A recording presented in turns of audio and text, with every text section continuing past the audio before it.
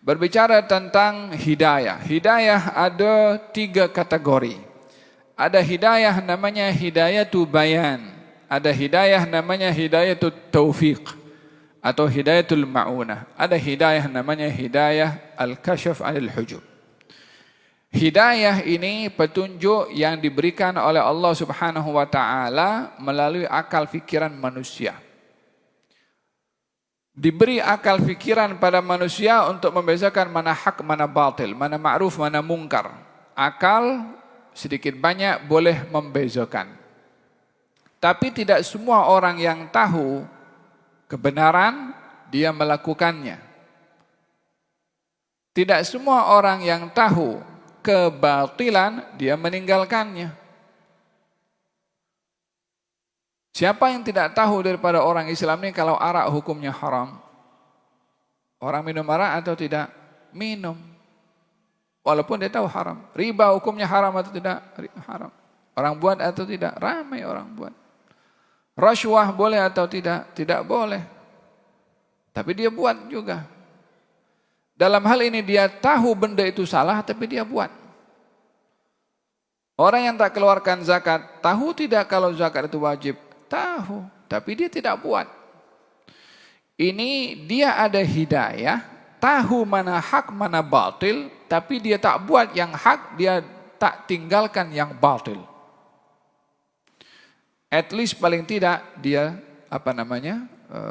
sudah diperjelaskan mana hak, mana batil. Allah Subhanahu wa taala berfirman, "Wa hadainahu an-najdain." Allah tunjuk 2 jalan. Ini hak, ini batil, ini ma'ruf, ini mungkar. Hidayah yang kedua adalah hidayatul taufiq atau hidayatul ma'unah. Hidayah yang bersifat taufik. Apa itu taufik? Ilham yang Allah gerakkan di hati hambanya. Apa itu ma'unah? Bantuan dari Allah supaya seseorang itu mudah melakukan kebaikan. Tidak ada orang melakukan kebaikan di atas muka bumi ini melainkan didahului oleh hidayah dari Allah untuk melakukannya. Kalau tak ada hidayah, tak terlintas pun dalam hatinya untuk melakukan perbuatan tersebut. Maka dengan demikian yang kita minta setiap hari dalam salat, ihdinas siratal mustaqim, dalam qunut, Allahumma hdini fiman hadait, dalam duduk di antara 2 sujud, Rabbighfirli warhamni wajburni warfa'ni warzuqni wahdini. Hidayah yang kita minta dalam salat itu adalah hidayatul taufik, hidayatul ma'unah. Mohon kepada Allah hidayah supaya digerakkan hati berbuat kebaikan. Dikatakan dalam hadis, innallaha idza ahabba 'abdan hubbiba ilaihil ma'ruf wa wujjiha ila fi'alihi. Allah itu bila sayang kepada hamba, hamba itu dipersenangkan kepada kebaikan dan dimudahkan melakukannya. Dihembuskan, diilhamkan kepadanya kecenderungan untuk berbuat baik. Lalu dimudahkan untuk melakukannya. Kita datang tempat ini, i'tikaf di Masjid Darul Ihsan ini, kalau bukan hidayah daripada Allah, tak tergerak pun untuk datang. Jadi hidayah adalah pemberian dari Allah Subhanahu wa taala. Oleh sebab itu, kita diajarkan dalam Al-Qur'anul Karim untuk mensyukuri nikmat hidayah supaya ditambahkan hidayah. Hidayah ini tidak berpenghujung. Setiap kali kita mendapatkan hidayah, ada hidayah yang lain yang disimpan untuk diberi. Setiap kita melakukan hidayah yang baru, ada lagi hidayah yang lain disimpan untuk diberi. Dan begitu seterusnya, sampailah ajal itu mendatangi orang tersebut. Makanya dalam hadis, dalam ayat ini Allah Subhanahu wa taala mengatakan, berfirman, Allah akan menambahkan kepada orang-orang yang mendapatkan hidayah tambahan hidayah. Jadi ada hidayah yang lain. Dalam Al-Quran diajarkan untuk kita bersyukur dengan nikmat hidayah. Katanya, alhamdulillahilladzi hadana lihada wa ma kunna linahtadiya laula an hadanallah. Segala puji bagi Allah atas hidayah yang diberikan kepada kami. Kalau bukan karena hidayah dari Allah, maka kami tidak mendapatkan hidayah. Demikian Al-Quranul Karim mengajarkan kepada kita bersyukur akan nikmat hidayah. Yang bersyukur dengan nikmat hidayah, maka akan ditambahkan hidayah yang baru. Walladzina jahadu fina lanahdiyannahum subulana wa innallaha lama'al muhsinin. Ini hidayah yang terakhir, yaitu hidayah yang namanya al-kasyaf anil hujub. Hidayah yang gaib jadi jelas. Yang tak nampak jadi nampak, bukan dengan mata kasar tapi dengan mata hati. Seorang sahabat Nabi bernama Harithah. Katanya ditanya oleh Rasulullah, katanya ya Rasulullah, kata Rasulullah bertanya kepadanya, "Kaifa asbahta ya Harithah?" Bagaimana keadaanmu wahai Harithah? Katanya, "Asbahtu mu'minan billah." Saya pagi ini dalam keadaan beriman kepada Allah. Orang kalau ditanya apa kabar kan selalunya sehat walafiat. Artinya bagaimana keadaanmu? Oke. Bagaimana keadaanmu? Boleh tahan. Macam-macam jawaban. Tapi Harithah ditanya bagaimana keadaanmu? Katanya saya dalam keadaan iman yang full dengan Allah. Kata baginda Rasulullah, setiap kata-kata itu ada buktinya. Apa bukti pada kata-kata kamu?